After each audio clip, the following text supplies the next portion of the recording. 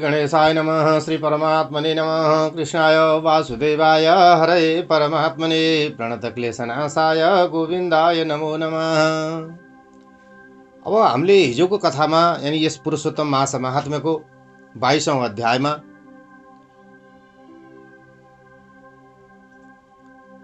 दृढधन्वा राजाद्वारा सोधिएपछि महामुनि वाल्मीकिले यस पुरुषोत्तम मास महात्म्यको व्रत र नियमका बारेमा बताइरहनु भएको थियो। अब आजको कथामा हामी पहिला मूल पाठ गरेर अनि के यथासम्भव व्याख्या गर्नेछौँ। ओम श्री गणेशाय नमः। राजोवाच किमातिथ्य कृतफलमासे श्री पुरुषोत्तमे तन्मे वद मुनि श्रेष्ठ कृपया दीनवत्सल। श्री नारायण उवाच इदं विज्ञापितः प्राह वाल्मीकिर्मुनि सतमः प्रवृद्धः हर्षो राजानं विनीतं प्रहसन्निव। वाल्मीकिर्वाच शृणुष्व राजशार्दूल कथं पाप प्रणाशनं यं श्रुता विलयं याति पापं पञ्चविधं महत्। सौभाग्यनगरे राजा चित्रबाहुरिति श्रुतः सत्यसन्धो महाप्राज्ञश्चाशिक्षुरतर परः सहिष्णु सर्वधर्मज्ञ शीलरूपदयान्वित ब्राह्मण्यो भगवत भक्त कथा श्रवण तत्परः स्वधार निरत सस्वत सुपुत्र पशुपुत्र समन्वित चतुरंग बलोपेत समृद्ध्या धनदोपम तस्य भार्या चंद्रकला चतुष्ठी कलान्विता पतिव्रता महाभागा भगवत भक्ति संयुक्ता तया सह महिपालो भुजमेदिनीमिवा विना श्रीकृष्ण देवं स नैव जानाति दैवतम्। एकस्मिन् दिवसे राजा चित्रबाहुर्महीपति दृष्ट्वा समागतं दूरादगस्त्यं मुनिपुङ्गवं प्रणम्य दण्डवदपमो विधिना तं पूजयन् कल्पयित्वा शनं भक्त्या तस्थो मुनिवराग्रतः विनयावनतो भूत्वा जगाद मुनिशतमं राजोवाच अद्य मे सफलं जन्म यद्य मे सफलं दिनं यद्य मे सफलं राज्यम् अद्य मे सफलं गृहं यः त्वं समागतो मेते गृहे श्रीकृष्णसेवकः मुक्तोऽहं पापसङ्घाताद् यत्त्वयाहं निरीक्षितः तुभ्यं समर्पितं राज्यं कदा स्वरथ संयुतं वैष्णवसि मुनिश्रेष्ठ नास्त्यदेयं मया तव मेरुतुल्यं भवेत् स्वल्पं वैष्णवाय समर्पितम्। कपर्दिका प्रमाणं तु व्यञ्जनं वान्नमुत्तमं न वा न यच्छति दिनयस्तु वैष्णवाय द्विजन्मने तद्दिनं विफलं तस्य कथितं देवपारगैः विष्णुभक्ताश्च केचित् सर्वे पूज्या दिनातया तेषां सम्भावना कार्यवाङ्मन कायकर्मभिः कथितं मम गर्गेण गौतमेन सुमन्धुना तावद् प्रभा न ताराणां यावन्नुदयते रविः तावदन्ये द्विजन्मानो यावन्नायाति वैष्णवम्। अगस्त्य उवाच चित्रबाहो महाभागा धन्यस्त्वं साम्प्रतं नृप इमा धन्या प्रजा सर्वा यस्त्वं रक्ष्यसि वैष्णवं तस्मिन् राष्ट्रे न वस्तव्यं यस्य राजा न वैष्णवः वरो वासो वने शून्ये न तु राष्ट्रे वैष्णवे चक्षुर्हीनो यथा देहपतिः न यथा प्रिया निरक्षरो यथा विप्रस्तथा राशम वैष्णवं दन्तहीनो यथा हातिपक्षेन यथा खगः द्वादशी दशमी विद्धस्तथा राष्णम वैष्णवं दर्भहीना यथा सन्ध्यातिलहीनं च तर्पणं प्रीत्यर्थं देवसेवा च तथा राष्ट्रम वैष्णवं सखे सा विधवा यद्वद् व्रतं स्नानं विवर्जितं शूद्रश्च ब्राह्मणी गामी तथा राष्ट्रम वैष्णवम्। स राजा प्रोच्यते सद्भिर्य श्रीकृष्ण पदाश्रयः तत्राष्ट्रं वदते नित्यं सुखी भवति तत्प्रजा दृष्टिर्मे सफला राजन् यन्मया त्वं निरीक्ष्यत अद्य मे सफला वाणी यच्युते यत् त्वया सह इदं राज्यं त्वया राजन् प्रकर्तव्यं मया ज्ञा प्रतिष्ठितो मया राज्ये गमिष्याम्यस्तु स्वदिते। श्रीनारायण उवाच इत्युक्त्वा गन्तुकामं तमगस्त्यं मुनिपुङ्गमं ननाम परया भक्त्या महिषी च पतिव्रता महिषी सा पतिव्रता। अगस्त्य उवाच अवैधभ्यं सदा तेस्तु भक्त्या भजपतिं शुभे दृढा तेस्तु सदा भक्ति श्रीगोपीजनवल्लभे इत्थमाशिर्ददानं तं भूयः प्राह महीपति बद्धाञ्जलिपुटभूत विनयान्नतकन्धरः। श्रीचित्रबाहुरुवाच विपुला मे कथं लक्ष्मी कथं राज्यमकण्टकं पतिप्रथा कथं पत्नी किं कृतं सुकृतं मया एतन्मे ब्रूहि विप्रेन्द्र तवाहं शरणं गतः करामलकवद् सर्वं जानासि त्वं मुनीश्वरः। श्रीनारायण उवाच इदमावेदितो राज्ञा यज्ञस्त्यो मुनिपङ्गवः समाहितमना भूत्वा जगाद नृपसत्तमम्। अगस्त्य उवाच मया विलोकितं सर्वं प्राक्तनं चरितं तव तत्सर्वं कथयाम्यद्य चेतिहासं पुरातनं चमत्कारपुरे रम्यमणिग्रीवा विधानभृत् त्वमभूदि शूद्रजातीयो जीवहिंसा परायणः नास्तिको दुष्टचारित्र परदार प्रदर्शक कृतघ्नो दुर्विनीतः शिष्टाचार विवर्जित याचेयं भवतो भार्या पूर्वजन्मनि सुन्दरी कर्मणा मनसा वाचा पतिसेवा परायणा पतिव्रता महाभागा धर्मनिष्ठा मनस्विनी भावं न कुरुते दुष्टा तवोपरि कदाचन ज्ञातिभिस्त्वं परित्यक्तो बन्धुभिः पापकर्मकृत् राज्ञा क्रुद्धेन ते सर्वं गृहीतं धनमुत्तमं ततोऽवशिष्टं यत्किञ्चित् गृहीतं ज्ञातिभिः सदा गतिद्रव्यधनाकाङ्क्षा तवासीद् विपुला तथा क्ष्यमाणे धने साध्वी न त्वामज्जदं दुन्मनः एवं तिरस्कृतः सर्वैर्गतवान् निर्जनं वनं हत्वा जीवान् अनेकाः त्वं चकर्धात्मपोषणम् एवं वर्तयतस्त्वं तु पत्न्या सह मयि पदे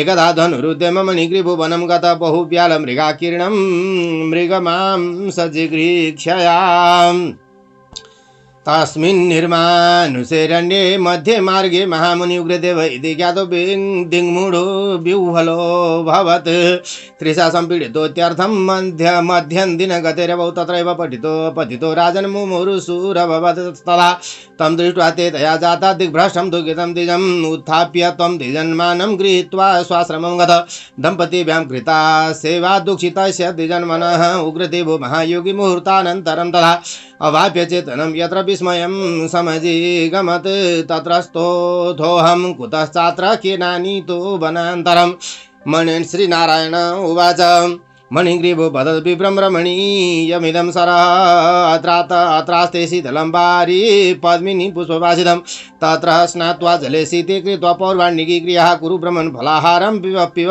वारी शुचिदलं सुखेन कुरु विश्रामं मया संरक्षितोऽधुना उत्तिष्ठतु मुनिश्रेष्ठ प्रसादं कर्तुमर्हसि। अगस्त्य उवाच लब्धसंज्ञस्तदा विप्रौग्रदेवो गतश्रमः मणिग्रीव वच श्रुत्वा समुतस्थौ त्रिशातुरः मणिग्रीवभुजालम्बि जगाम सरसि तटम् उपविष्टः चित्रबाहो तत्तटे बटशोभिते विश्रम्य तत्क्षणं विप्रो बटच्छायामधिश्रितः स्नात्वा नित्यविधं कृत्वा वासुदेवमपूजयत् देवान् पितॄन् संतर्प्य पपौ नीरं सुशीतलम् उग्रदेवः तथा शीघ्रं बटमूलमुपाश्रितः मणिग्रीव सबन्धि गुरुनाम मुनिशतमं विनयेन वदत् च वाचमातिथ्यं कर्तुमुन्मना। मणिग्रीव उवाच अस्मत् सन्तारणायाद्य मदाश्रममुपागतः ब्रह्मस्त्वदर्शनादेव पापमे विलयं गतम् इति त्वादं प्रियामाह मणिग्रीवो मुदान्वितः अयि सुन्दरि पक्वानि स्वादुनि यानि च तानि चूतफलानि त्वं शीघ्रमानय चिरम् अन्यत् कदा कन्दादि यत्किञ्चित् तदा नय शुभानने निजनाथ वचः श्रुत्वा फलान्यदाय सुन्दरी कन्दादिकं च विप्राग्रे स्थापयामास हर्षतः। मणिग्रीव पुनर्वाक्यमवाच मुनिसत्तमं फलान्यङ्गी गुरु ब्रह्मन् कृतार्थी गुरु दम्पतिम्। उग्रदेव उवाच त्वामहं नैव जानामि कस्त्वं भो कथय स्वमे अज्ञातस्य न भोक्तव्यं ब्राह्मणेन द्विजानतः। मणिग्रीव उवाच शूद्रोऽहं द्विजशार्दूल मणिग्रीवाभिधानतः स्वजने जातिवर्गस्य परित्यक्तस्वबान्धवैः इत्थं शूद्रवचः श्रुत्वा फलाहारमजिकरद उग्रदेव प्रसन्नात्मा ततो नीरमपि पिबद ततो विभ्रम सुखासीनं मणिग्रीवो वदद्वचः ताल्लालयस्तत्पदाम्भोजं स्वक्रूढस्थं मुहुर्मुहुः। मणिग्रीव उवाच क्व गन्तव्यं मुनिश्रेष्ठ कुतस्त्वं चेहकानने निर्जने जले दुष्टरीं सृजन्तु सका समाकुले। उग्रदेव उवाच ब्राह्मणोऽहं महाभाग प्रयागं गन्तुमुत्सहे अधुना ज्ञातमार्गेण सम्प्राप्तो दारुणे वने तत्र श्रान्त त्रिशाक्रान्तो मुमुर्षुरभवं क्षणात् जीवनं मे त्वया दत्तं ब्रूहि किं ते ददाम्यहम् अरण्यं केन दुःखेन दम्पतिभ्यां समाश्रितं तद्दुःखमपनेष्यामि मणिग्रीव वद स्वमे अगस्त्य उवाच इत्युग्रदेव वचनं ललितं निशम्य पत्न्या समक्षमनुनीय मुनीश्वरं तद् दारिद्र्यसागर तितिर्सुरसौ स्वकीयं वृत्तान्तमाह निजकर्म विपाकमुग्रं श्रीबृहन्नारदीय प्राणि पुरुषोत्तम मास महात्म्य श्रीनारायण नारद समाधि दृढधनोपाख्यानि मणिग्रीवस स्वदुःख निवेदनं नाम त्रयोविंशतितम कृष्णाय वासुदेवाय हरये परमात्मने प्रणतक्लेशनाशाय गोविन्दाय नमो नमः गोविन्दाय नमो नमः। अब नैमिषारण्य क्षेत्रमा शौनक आदि गरेका ऋषिमुनिहरूलाई सुतजीले कथा सुनाइरहनु भएको छ। त्यसै प्रसङ्गमा नरनारायण भगवान र नारदजीको बीचमा दुवैजनाको बीचमा चाहिँ संवाद भइरहेको छ। नारदजी सोध्नुहुन्छ, नरनारायण बताउनुहुन्छ कहिले कहाँ के भयो, कसले कसलाई के भन्यो, कसरी यस पुरुषोत्तम मासको महत्त्व कसरी हुन गयो भन्ने विषयमा उहाँहरू दुईजना बीच गरिरहनु भएको चर्चा गरिरहनु भएको छ। त्यसै क्रममा यता राजा दृढधन्वले वाल्मीकि मुनिलाई सोध्नुहुन्छ कि हे महामुनि, यस पुरुषोत्तम महात्म्यमा यस महिनामा अतिथि सत्कारको कस्तो महत्त्व छ। भनिसकेपछि वाल्मीकि मुनि दृढधन्व राजासँग भन्न लाग्नुहुन्छ कि हे राजन, हे राजा शार्दूल, समस्त पापहरूलाई नै नाश गर्ने जुन कथा सुनिसकेपछि, जुन प्रसङ्ग सुनिसकेपछि पाँचै प्रकारका महापापहरू पनि बिलाएर जानेछ, यस्तो किसिमको म कथा तपाईलाई सुनाउँदछु, सुन्नुहोस्। उहिले कुनै समयमा सौभाग्य नाम गरिएको नगरमा अत्यन्त सत्यवादी, बुद्धिमान, शूरवीर चित्रबाहु भन्ने नामले विख्यात एकजना राजा हुनुहुन्थ्यो। कस्तो हुनुहुन्थ्यो त भन्दा अत्यन्त सहनशील, समस्त धर्म जान्ने, शील स्वभावले युक्त भएको, रूप दयाले युक्त, ब्राह्मणहरूका भक्त अनि भगवानका कथाहरू सुन्नमा अत्यन्त खुसी रहने, एक पत्नी व्रत धारण गर्नुभएका, चतुरङ्गिणी सेनाले युक्त हुनुभएका, ऐश्वर्यमा मानव कुबेरै समान हुनुहुन्थ्यो। तिनकी पत्नी चन्द्रकला 64 कलामा पारङ्गत पाएकी थिइन्। भगवानका भक्तिमा सधैँ मन लगाइराख्ने यस्तै ती जनी पत्नीका साथ राजाले पृथ्वीको जनी राज्य गर्दथे, भोग गर्दथे। उहाँ श्रीकृष्ण भगवानलाई अत्यन्त श्रद्धाका साथ भजन गर्नुहुन्थ्यो। श्रीकृष्ण भगवानको यस्तो किसिमको राजा हुनुहुन्थ्यो। एक दिन उहाँको दरबारमा राजाले देख्नुभयो, टाढैबाट जने अगस्त्य मुनि आइरहनु भएको देखिसकेपछि राजाले तुरुन्त उठेर अगस्त्य मुनिको अगाडि लम्पसार परेर जनी उहाँको चरण कमलको दण्डवत गर्नुभयो, चरण कमललाई। त्यसपछि उच्चासनमा बसाल्नुभयो, विधिपूर्वक पूजाआजा गर्नुभयो। त्यसपछि हात जोडेर निवेदन गर्नुहुन्छ अत्यन्त नम्र भावमा, राजा चित्रबाहु कि अद्य मे सफलम राज्यम अद्य मे सफलम गृहम यस्तम समागतो मेद्य गृहे श्री कृष्ण सेवक। आज मेरो राज्य सफल भएको छ, आज मेरो घर सफल भएको छ, जो कि हजुर जस्तो महामुनि मेरो घरमा पाल्नु भएको छ। हजुरद्वारा म देखिए मात्रै पनि म आज मेरो सम्पूर्ण सारा पापहरूको समूह नष्ट भएर गए। हजुरले जस मलाई हेर्नुभयो जो, यसकारण हात्ती, घोडा, रथ यी आदिले भरिएको यो राज्य नै म हजुरलाई समर्पण गर्दछु।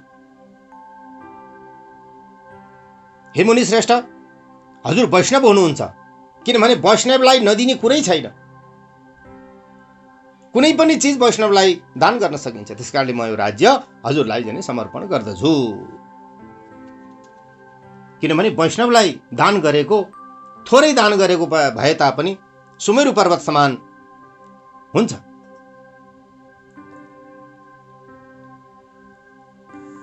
विभिन्न शास्त्रमा, वेदमा पारङ्गत पाएका मुनिहरू भन्नुहुन्छ कि जो कोही पनि यदि ब्राह्मण विष्णु भक्त छन् भने ती सधैँ पूज्य रहन्छन्। मन, वचन र कर्मले तिनीहरूको सत्कार गर्नुपर्दछ। यी कुरा मलाई गर्ग मुनिले, गौतम मुनिले र सुमन्तुले भन्नुभएको छ। जबसम्म सूर्य उदाउँदैनन् तबसम्म मात्रै ताराको प्रकाश रहन्छ। यानी वैष्णव ब्राह्मण नभएको ठाउँमा मात्रै अरू ब्राह्मणको महत्त्व रहन्छ। जब वैष्णव ब्राह्मणहरू भइसकेपछि अवैष्णव ब्राह्मणहरूको महत्त्व कम हुन्छ। अगस्त्य मुनि भन्नुहुन्छ, हे राजन, हे भाग्यमानी राजन, तपाईँ अत्यन्त धन्य हुनुहुन्छ। तपाईँका सारा प्रजाहरू पनि धन्य छन्, जो कि हमेसा जाने वैष्णवहरूको रक्षा गर्ने राजा छन्, जसको राज्यमा भनिएको छ शास्त्रमा कि वैष्णव नभएको राज्यमा बस्नु योग्य छैन। आँखा नभएको शरीर, नपढेका ब्राह्मण, दशमीले युक्त भएको एकादशी जस्तो किसिमको त्याज्य छ, त्यसै गरी वैष्णव नभएको राज्यमा पनि नबस्नु भनेका छन्। कुश बिनाको सन्ध्या, तिल बिनाको तर्पण, पेसाको लागि गरिने देवताको पूजा, यो जसरी त्याज्य छन् त्यस्तै वैष्णव नभएको राज्य पनि त्याज्य छ।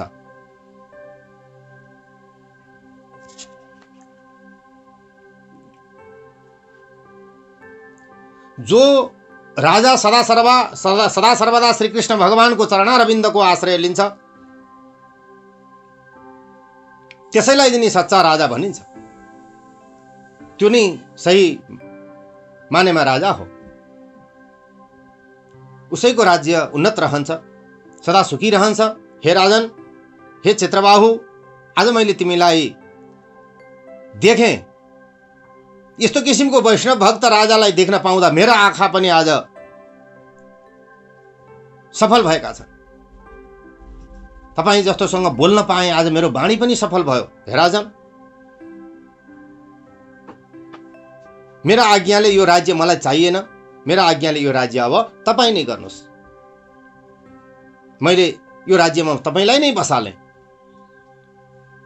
तपाईँको सदा कल्याण होस्। ल अब म जान्छु भन्नुभयो अगस्त्य मुनिले।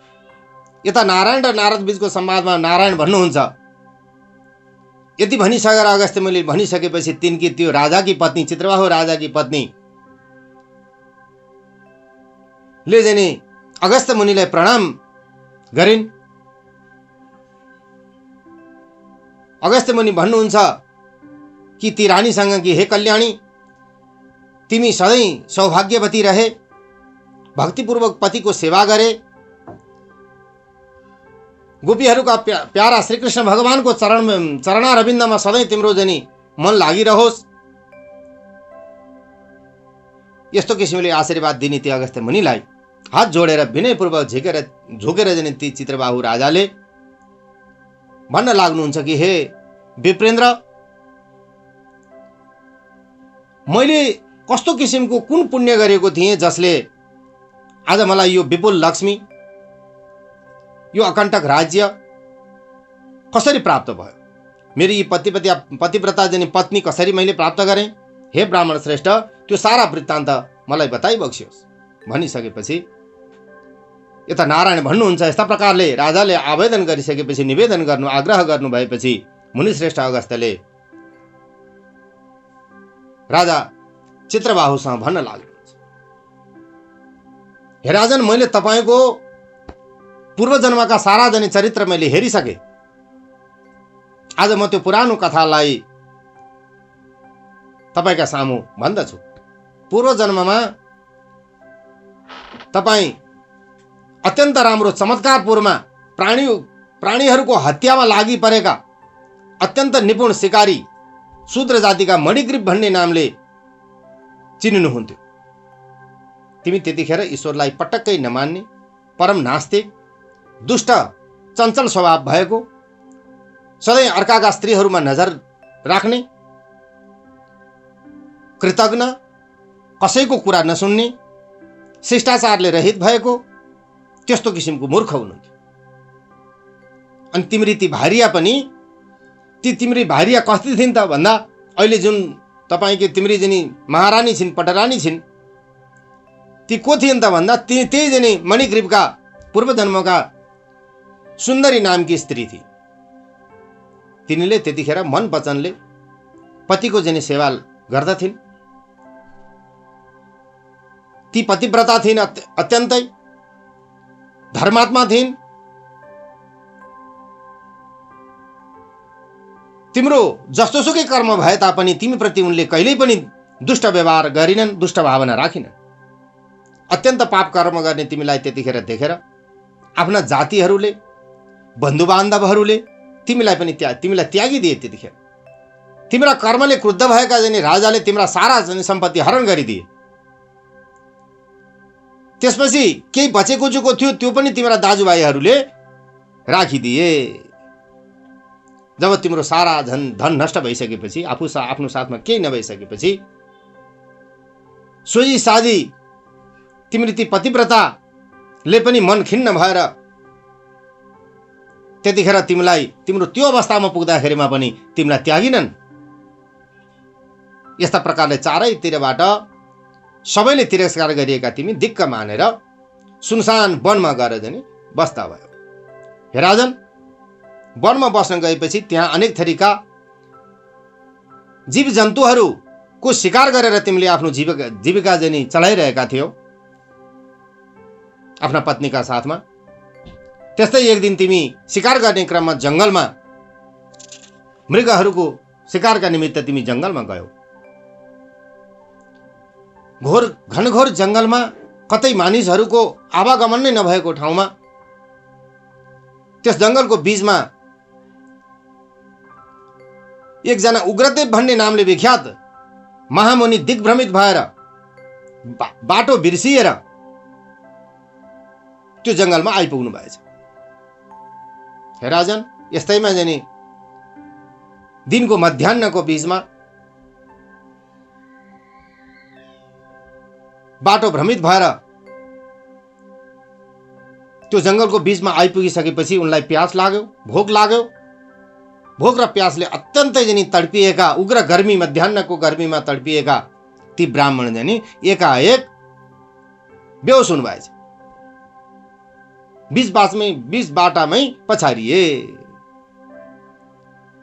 र त्यस्तो किसिमको भएको ती ब्राह्मणलाई देखेर तिमीले, ती मणिग्रीव जो शिकार खेल्न निस्केका थिए, तिनलाई चाहिँ उद्धार गरेर आफ्नो वासस्थानमा लगाऊ र दुवै दम्पतिले ती दुखित ब्राह्मणहरूको गर्नसम्म सेवा गर्यौ।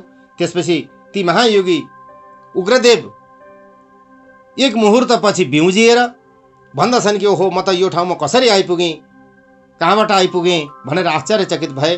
कसले मलाई यहाँ ल्यायो भनेर आश्चर्यमा पर्दा यता भगवान नरनारायण भन्दै हुनुहुन्छ कि ती मणिग्रीवले ती ब्राह्मणलाई भन्यो कि यो अत्यन्त सुन्दर तलाउ छ, यसमा जनी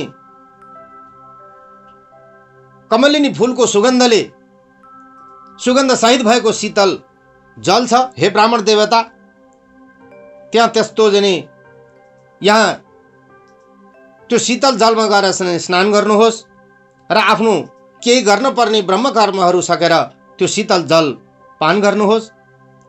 यतिखेर मद्वारा रक्षा गरिनु भएको तपाईँ सुखपूर्वक विश्राम गर्नुहोस्। हे मुनिश्रेष्ठ, तपाईँ उठ्नुहोस्, कृपा गर्नुहोस्। यता अगस्त्य भन्दै हुनुहुन्छ।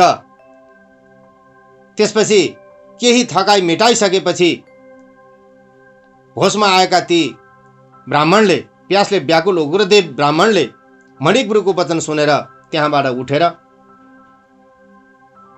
हे राजन चित्रबाहु, उसै जनी मणिग्रीवको पाखुरामा समातेर सहारा लिएर